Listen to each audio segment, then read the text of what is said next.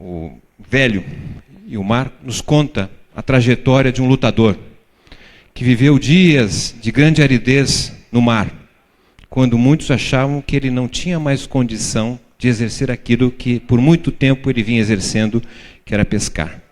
Ele pescou um grandioso peixe, nem conseguiu colocar para dentro da sua canoa, e por dias levou o peixe até o continente. E lá, quando foi apresentar o peixe, ele tinha sido comido, mas tinha um esqueleto. Vamos ouvir falar o nosso grande pescador, Luiz Inácio Lula Silva. Muito obrigado.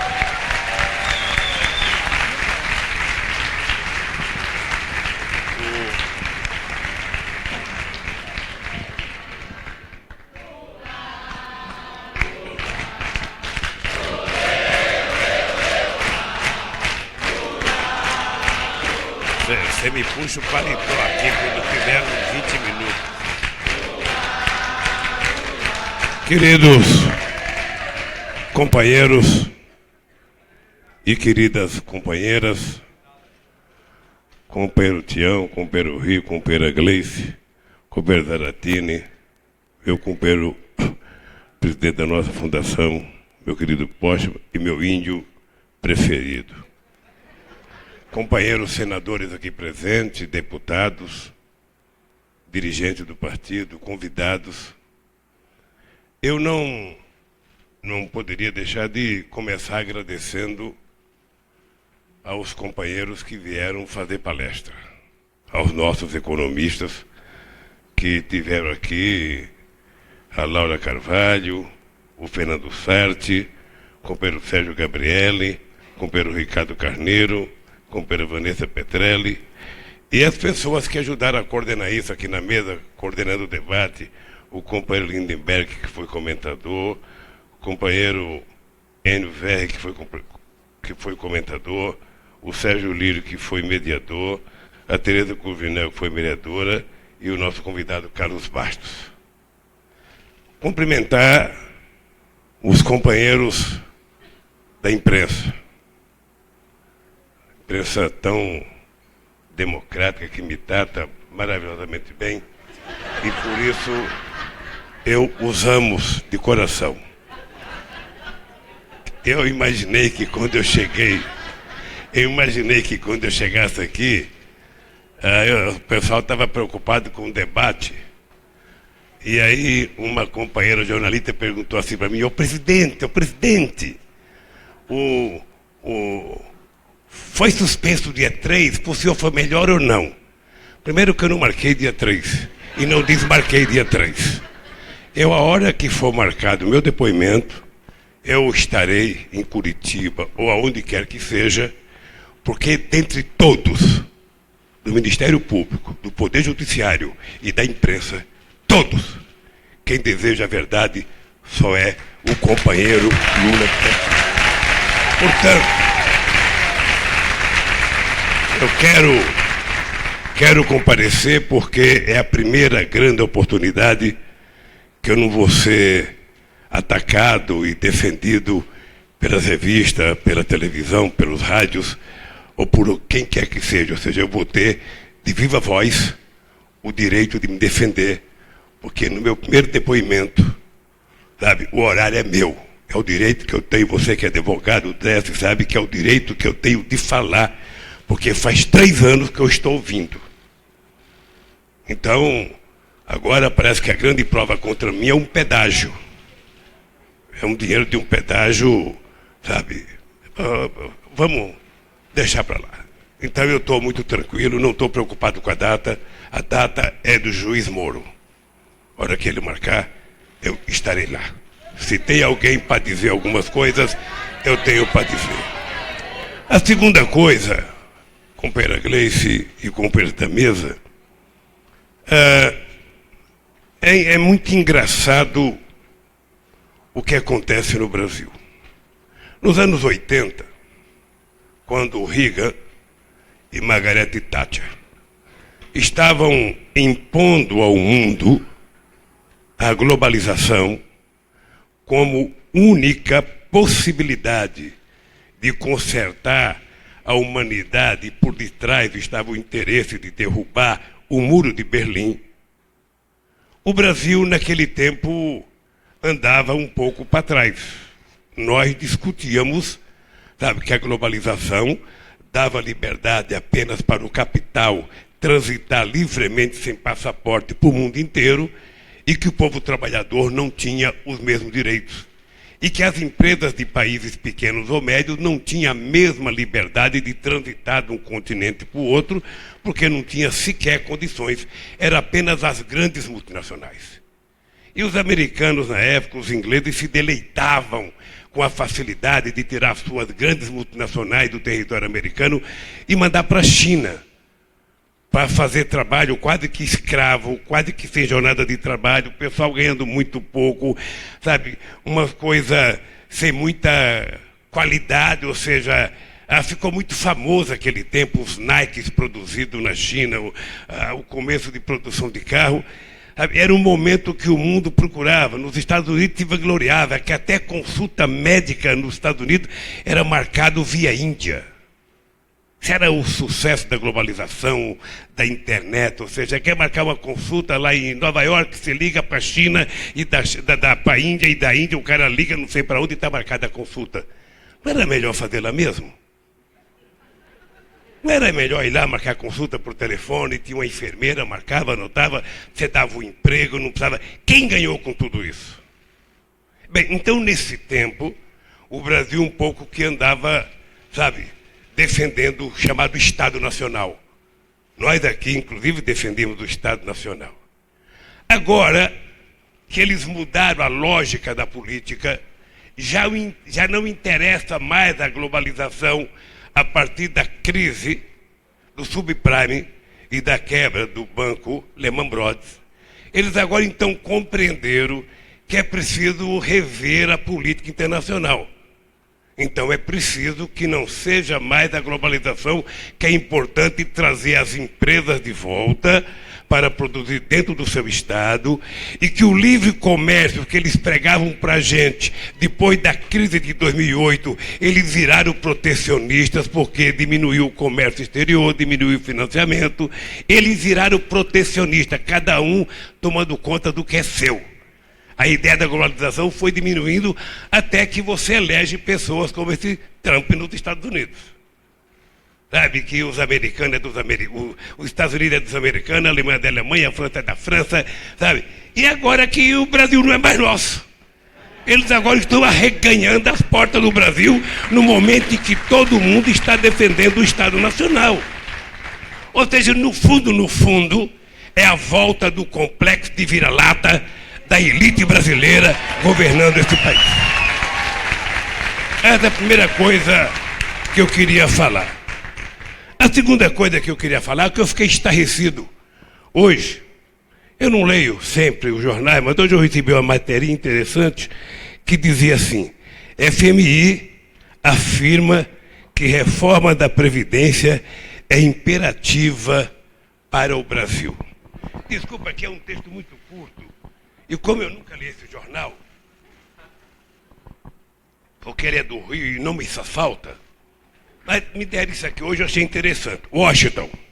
Alejandro, deve ser um latino-americano, porque está escrito Alejandro. Então é Alejandro Werner, diretor do Departamento do Hemisfério Ocidental do Fundo Monetário Internacional, informou na tarde desta sexta-feira, em publicação divulgada pelo fundo, que a reforma da Previdência no Brasil é imperativa, está entre aspas. Ele afirmou que o país voltou a crescer, mas alertou que é preciso consolidar os avanços fiscais. Entre aspas, é imperativo empreender uma reforma de grande alcance da Seguridade Social para restabelecer a sustentabilidade fiscal e garantir que o sistema de aposentadoria esteja em condições de sustentar as futuras gerações dos brasileiros, escreveu o simpático Alejandro Werner. Pasmem. Agora eu vou ler um outro texto aqui de uma companheira, amiga nossa, filha da Maria da Conceição Tavares, que está fazendo aniversário hoje, que é a nossa querida companheira Laura Tavares, economista, há mais de 30 anos trabalhando com Seguridade Social e Previdência Social. Ela manda para mim um texto, o texto é grande, eu acho que a bancada já tem, sabe? Mas eu vou ler só apenas a primeira coisa aqui. As políticas de geração de emprego e renda e de formalização de empresas e das relações de trabalho proporcionaram um crescimento inédito nas receitas da Previdência e da Seguridade. Entre os anos de 2004 e 2014, de 2008 para 2014, houve aumento de 54,61% nas receitas da Seguridade Social. Com a queda continuada do desemprego e da informalidade, pela primeira vez na história, não sou eu que estou falando pela primeira vez na história do Brasil, o Brasil teve superávit no subsistema urbano da Previdência. Isso ocorreu a partir de 2010, quando os contribuintes da Previdência superaram a marca de 50% da população economicamente ativa. E os salários cresciam, em média, 3% acima da inflação. Em 2008, as receitas da Previdência correspondiam a 5,9% do PIB. Mesmo no período entre 2012 e 2014, quando o ritmo da economia começou a cair, a Previdência continuou superavitária e a receita continuou crescendo em relação ao PIB. Isso aqui é para se contrapor ao Alejandro Werner do FMI. Ô, gente, o FMI não tem autoridade moral de dar nenhum palpite sobre o que nós devemos, queremos e podemos fazer na nossa economia.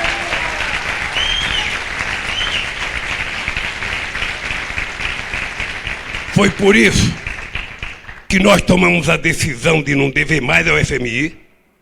Foi por isso que, quando quebrou o coração da economia, a partir do Lehman Brothers, nós tomamos a decisão de emprestar 10 bilhões para o FMI, na perspectiva de que nunca mais ele desse palpite, porque ele não deu o único palpite na crise americana, na crise alemã, na crise francesa, na crise italiana, na crise inglesa. Ou seja, ele, na verdade, não estava preparado para dar palpite sobre a economia dos países ricos. Portanto, nós sabemos tomar conta do nosso nariz e deu os seus conselhos para vocês, e não para nós. Essa é a segunda coisa que eu queria falar. A terceira coisa que eu queria falar com vocês, porque eu não vou repetir nada do que já foi dito aqui pelos economistas que falaram, já falaram de desemprego, da Petrobras, de óleo e gás, e eu não vou repetir. Eu queria dizer uma coisa de coração para vocês. Esse país está desgovernado. Esse país não precisa ter uma pessoa no cargo, ocupando um cargo indevidamente, dizendo que não tem popularidade, mas tem voto no Congresso Nacional. Esse país, ele não pode ser governado do ponto de vista legal. Eu tenho maioria, eu aprovo o que eu quero. Esse país tem que ser governado por alguém que saiba cuidar de 204 milhões de pessoas nesse país que precisam ser cuidadas, que precisam ser respeitadas e que precisam ser levadas em conta. E nós, companheiro Rui Falcão, precisamos, sempre que a gente discutir qualquer coisa, colocar uma pitada de política nesse debate. Porque aqui eu vejo os companheiros falar, é preciso reduzir a taxa de juros, é preciso fazer política de reforma agrária, é preciso fazer uma taxação dos ricos, é preciso mudar a PEC 55, tudo isso é maravilhoso. Mas nós temos que politizar a sociedade e dizer, para a gente fazer tudo isso, nas eleições de 2018, nós precisamos melhorar a qualidade de deputados eleitos e a qualidade de senadores eleitos.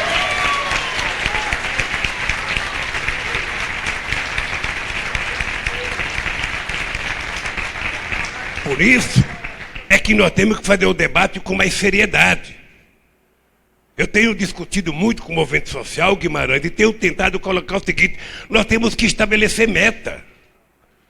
Meta para cada movimento, meta para o movimento sindical, meta para o PT, meta para todo mundo. Ora, porque senão a gente briga, Quando chega nas eleições, a gente elege 3 deputados ligados ao Movimento Sem Terra, a bancada ruralista elege 200. Os empresários elegem 359 e a CUT elege 2 ou 3. Então é preciso que a gente comece a discutir claramente que para fazer as mudanças que a gente deseja, nós precisamos construir uma maioria comprometida com essas mudanças nas eleições de 2018. Não basta eleger um deputado, um presidente como eu fui eleito em 2002, sabe, e ter 89 deputados, ou 91, em 513. E caiu em 2006 e caiu em 2010. Então é preciso que a gente leve em conta esse discurso de politizar e de formar a sociedade brasileira na hora de votar. Não me pergunte que debate nós temos que fazer, mas é o seguinte, querido, os trabalhadores são maioria, mas não tem maioria. As mulheres são maioria, mas não tem maioria. Os negros são metade e não tem metade. Então algo está errado entre nós. Talvez o nosso discurso, talvez a nossa mensagem, não precise mais ser de pauta de reivindicação. Quem sabe seja outra mensagem tentando mostrar a necessidade do porquê o povo tem que eleger uma mulher. Por que que o povo tem que eleger? Por que que a mulher tem que votar na mulher? Por que que o negro tem que votar no negro? Por que que o trabalhador tem que votar no trabalhador? Por que que o pessoal do LGBT tem que votar em muitas pessoas deles? Por que que os sem-teto tem que votar em muita gente do sem-teto? É uma necessidade. Você está vendo alguém que eu não vi, Rui? Não, é porque me disseram que o Pimentel ia chegar também, o governador de Minas Gerais. Jandira, um abraço. Então, eu acho que nós, da Latina, nós precisamos tentar aproveitar para qualificar as mensagens que a gente vai ter que dar. Porque senão as mulheres farão uma pauta de reivindicação para a mulher. Vote mulher que ela vai criar o médico da mulher. Vote, sabe? É preciso que a gente tente qualificar. Não me pergunte, Bené, que eu não sei. Eu estou apenas levantando problemas. Problema que eu sinto, porque quando eu fui candidato em 2002 a governador, eu achava naquele tempo que quando eu chegasse trabalhador, voto em trabalhador, eu ia ter um monte de voto. Fiquei em 4º lugar lá em São Paulo. Então, sabe, nós temos que descobrir como fazer para construir essa maioria, para fazer todas as reformas emergenciais, as de curto prazo, as de médio prazo, as de longo prazo. Porque o que nós percebemos é que, em se tratando de discurso, às vezes a direita faz discurso mais radical do que nós. O Trump lá ganhou as eleições da Hillary Clinton defendendo os trabalhadores americanos. E você sabe que lá a luta contra a imigração, a luta contra qualquer estrangeiro, é uma coisa muito forte. Então, esse alerta é para a gente pensar como é que a gente tem que não apenas eleger um presidente. Porque veja uma coisa, se eu fosse indicado para vocês, e se tudo der certo, e eu possa ser candidato, eu não posso ser candidato para dizer, sabe, que eu vou fazer as mesmas coisas que eu já fiz. Eu tenho que fazer um pouco mais. Porque se alguém se separa da mulher, a mulher do homem, e depois de 10 anos quer voltar para fazer a mesma coisa, não vai dar jogo. Alguém tem que ter melhorado. Alguém tem que ter melhorado. Na política é a mesma coisa. Então veja, ou seja, se eu for candidato a alguma coisa, eles têm que saber. Primeiro, a nossa política, sabe, internacional vai privilegiar a relação com a América Latina e com a África. Tem que saber disso. Eles têm que saber que um país, que é o maior país da América Latina, precisa ter política de transferência de tecnologia, precisa ter política de incentivar o desenvolvimento desses países, tem que incentivar empresas novas a produzir lá. Olha, que brincadeira que é essa? Quem decide a política estratégica do país é o governo eleito democraticamente pelo povo. Esse país tem dívida histórica com a África que a gente não paga com dinheiro. A gente paga com solidariedade, levando universidade para Moçambique, levando a Embrapa para Gana. Tentando exportar produtos para eles, sabe? De forma a facilitar que eles possam comprar, como os países ricos historicamente fizeram para o mundo. Você tem em Moçambique hoje, Rui, a Europa é responsável por 65% do orçamento de Moçambique. E aqui no Brasil, quando aconteceu o terremoto lá em Cabo Verde não teve um terremoto, o Brasil deu menos dinheiro que Guiné-Bissau. Ou seja, então é o seguinte, esse país precisa parar de ser pequeno. Nós não precisamos de um dirigente que pense pequeno, nós precisamos de alguém que pense grande e que realize as coisas. Alguém que saiba que a nossa solução está na nossa fronteira, não está lá no norte. Porque está cheio de cara achando que os americanos vão ajudar a gente. Americano ajuda americano. E brasileiro precisa criar vergonha e se autoajudar. Acreditar nesse país, acreditar, sabe, na sua soberania. Então, ô Rui, eu tenho que fazer um discurso que o BNDES vai voltar a ser banco de desenvolvimento. E vai ter que emprestar dinheiro sim. E a TJLTP vai ter que ser mais barata. O Banco do Brasil vai ter que cumprir com a sua função de banco público.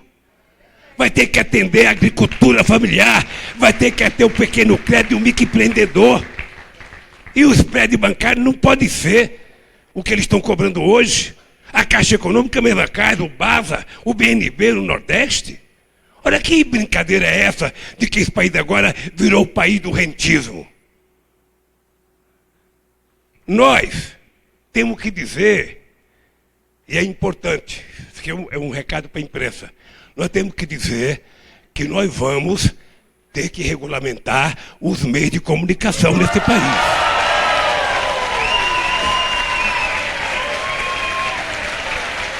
Ok?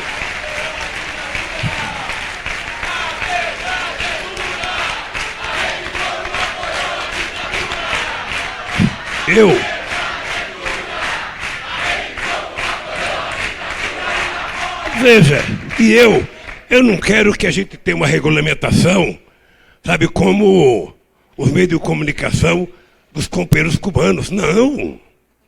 Nem dos companheiros chineses, não. Eu quero uma regulamentação tipo Inglaterra. Tipo uma coisa que nem está na nossa Constituição. O que eu quero é que seja democratizado de verdade e que meia dúzia de família não detenha o monopólio do meio de comunicação. E eles têm que saber disso. Ele tem que saber. Porque eu sei o que eu estou passando. Eu sei a quantidade de mentiras contadas a meu respeito 24 horas por dia, de segunda a domingo. Eu sei. E não tenho ficado... Você vê que eu não sou de ficar com raiva. Você nunca viram eu reclamar. Ah, pô, ninguém aguenta. São quase 18 horas de Jornal Nacional. Tentando massacrar esse pobre coitadinho que veio de Garanhuns. Ele deve estar escolhendo um candidato deles. Escolham. Porque se eu for candidato, eu quero orgulhosamente dizer: derrotei o candidato da Globo. Quero que eles falem. Eu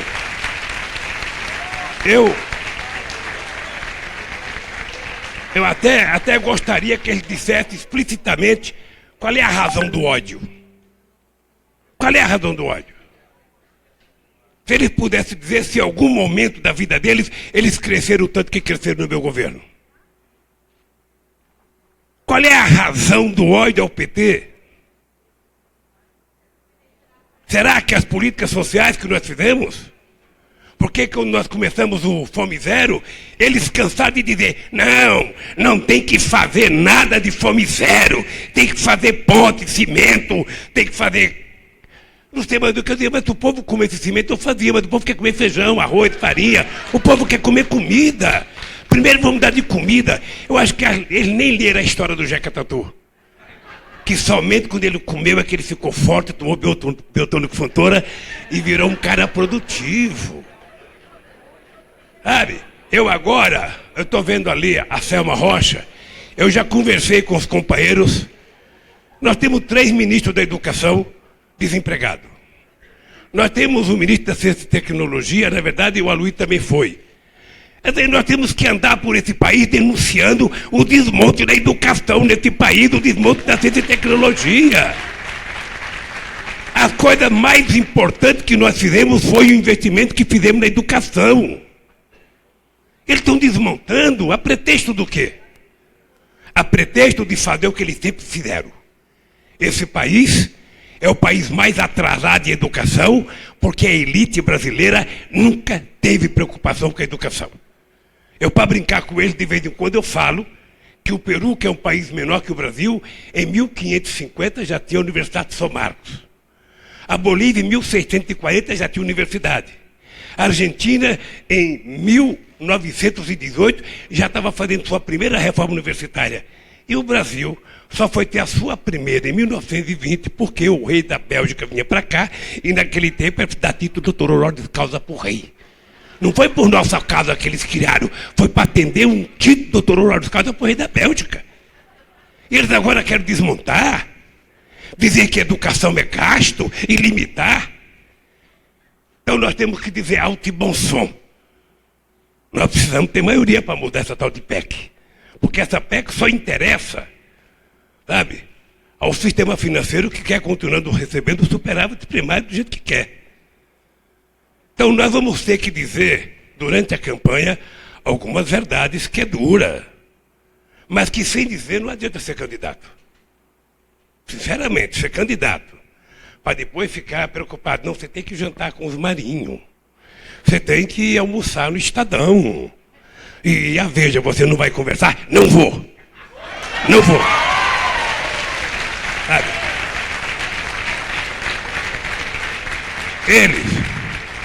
Eles vão ter que aprender que eles estão lidando com um cidadão diferente. Com um cidadão que tem mais honra do que ele, tem mais caráter do que ele e é mais honesto do que ele nesse país. Então, se não sabe como sair das mentiras que inventaram, que se vire. Eu estou disposto a prestar quantos depoimentos cumprindo a lei. Tenho que ser tratado igual aos outros. Não estou sendo tratado pior do que os outros. Tá? Eu não vou mostrar as cordas para vocês não verem a quantidade de chibatada que eu já tive. Mas, sabe, eu quero dizer isso porque nós vamos enfrentar uma batalha pela frente. Eu não estou falando do desemprego criado aqui, porque o Gabriel acho que falou. Não estou falando do desmonte, porque aquilo que era maravilhoso que nós criamos, a lei da partilha, definir o petróleo nosso, definir 75% do ROT para cuidar da educação, para sair o atraso do século XX, sabe? Eles estão desmontando isso. Estão desmontando e vendendo as empresas, e vendendo as empresas, e vendendo as empresas, e vendendo as empresas, e nós não podemos continuar aceitando isso. Não é possível.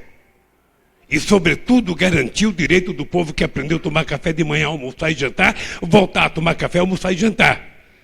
O cidadão que aprendeu a viver com o seu salário, trabalhando honestamente e voltando para casa para cuidar da sua mulher e dos seus filhos, sabe, tem que voltar. O Minha Casa Minha Vida, que subsidiava a casa. Porque quem ganha R$300 não tem como pagar uma prestação de casa. Então, está na Constituição. É obrigação do Estado garantir às pessoas mais pobres o direito à moradia, o direito à educação, o direito à saúde. Portanto, nós estamos cumprindo a Constituição. Então, companheiros, olhe, vocês sabem que eu sou homem de paz. Não tem ninguém que goste mais de paz. Nem com o Lindenberg está brigando.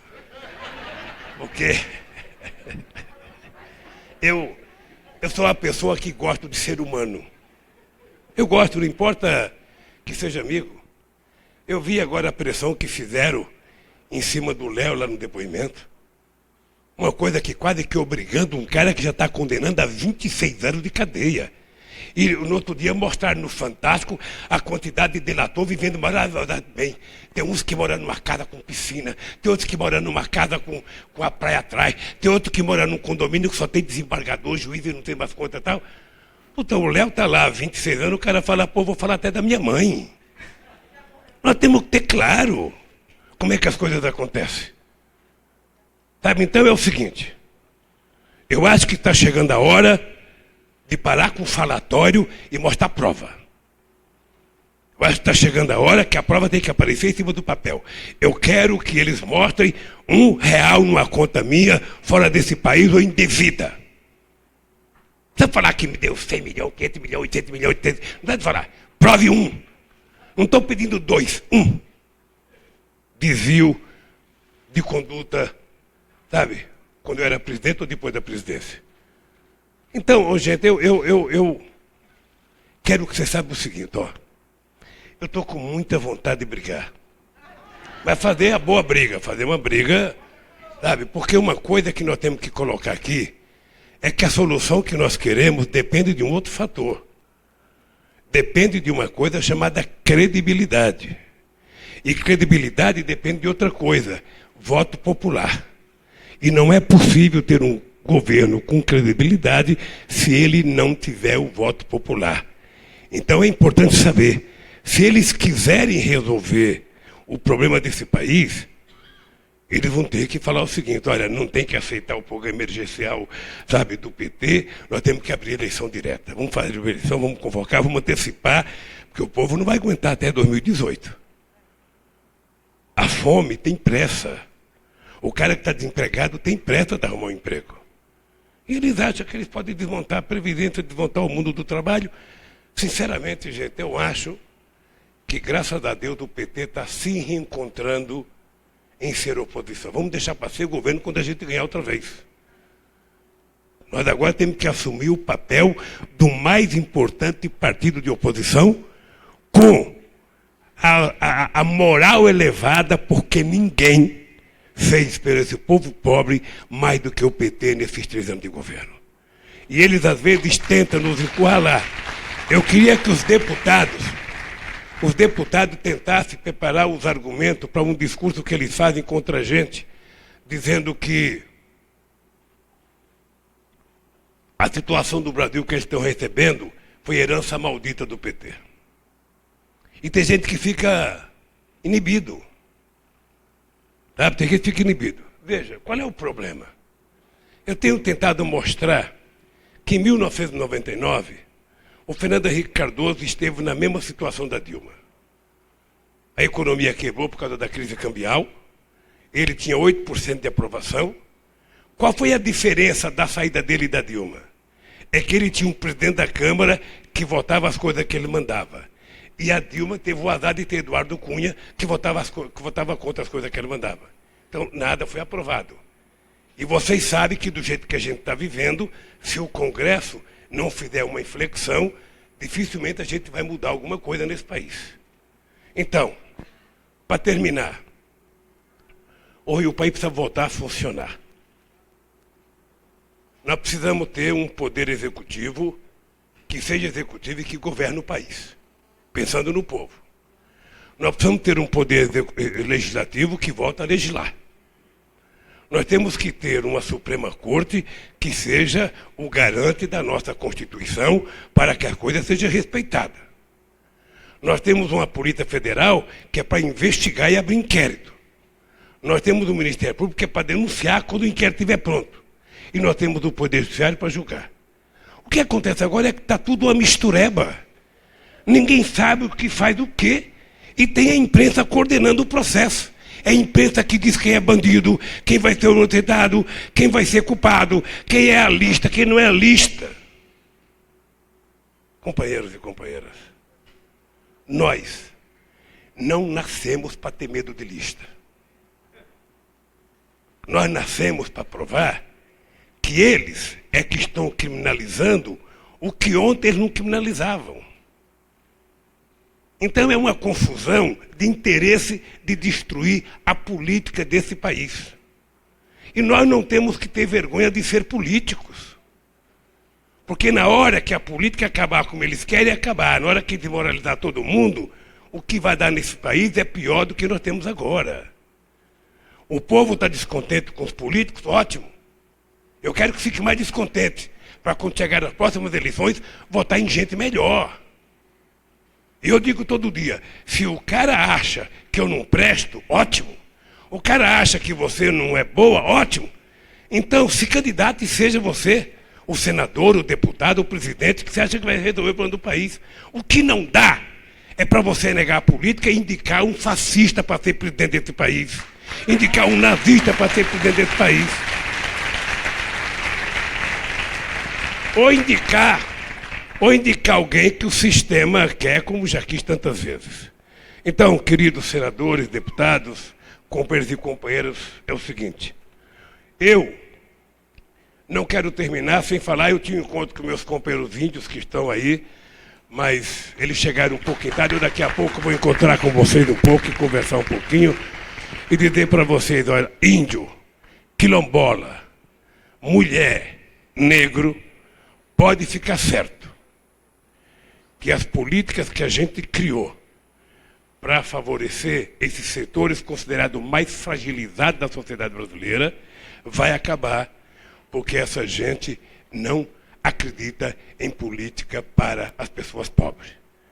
E aqui eu quero terminar não pedindo, sabe, uma coisa para os índios, mas pedindo aqui, sabe, uma solidariedade nossa com uma salva de palma aos trabalhadores rurais que foram assassinados no Mato Grosso do Sul. Ou melhor, no Mato Grosso, não no Mato Grosso do Sul. E hoje foi mais um companheiro do MST em Minas Gerais. Veja.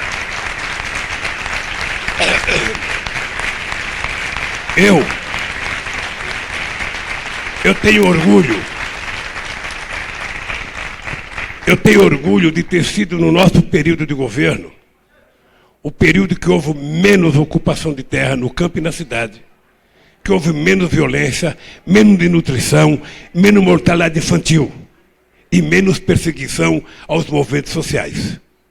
E o movimento que houve mais greve. Porque nesse mundo que existe, cada um cumprindo com a sua tarefa, o movimento sindical tem que fazer reivindicação, tem que fazer greve, tem que brigar, sem a gente entender que isso é baderna, isso é democracia. E nós demos lição nesse país de como faz democracia. Então, companheiros e companheiras, eu acho, Gleice, que é preciso saber como é que a gente vai divulgar esse programa mínimo que nós fizemos. Viu, e era preciso ver se a gente consegue fazer com que esse material chegue na mão de muita gente, sabe? Na mão de muita gente, para que as pessoas comecem a discutir e as pessoas voltem a acreditar, como acreditaram em 2003, e voltem a repensar o que nós fizemos nesses 3 anos de governo, para eles terem a certeza de que o país pode voltar a dar certo. Eu digo todo dia com muito orgulho, sabe? Se eles não sabem, nós sabemos como fazer. E para mim o milagre é assim, não tem discussão de macroeconomia se a gente não discutir microeconomia. Sabe, quando milhões e milhões dos micros estiverem participando, quando o microempreendedor estiver, sabe, tendo acesso a dinheiro, a gente resolve parte da macroeconomia. Eu dizia para a Gleice uma coisa que eu falei para o Márcio Postman, a Fundação pode ajudar nisso. Na hora que a gente quiser discutir política industrial, é preciso a gente juntar um grupo de especialistas para a gente definir que política industrial nós queremos e qual setor que é estratégico que a gente se sente mais competitivo. Para que a gente faça as novidades que nós temos que fazer nesse país. Nós já aprovamos até plataforma de inovação e não conseguimos implementar.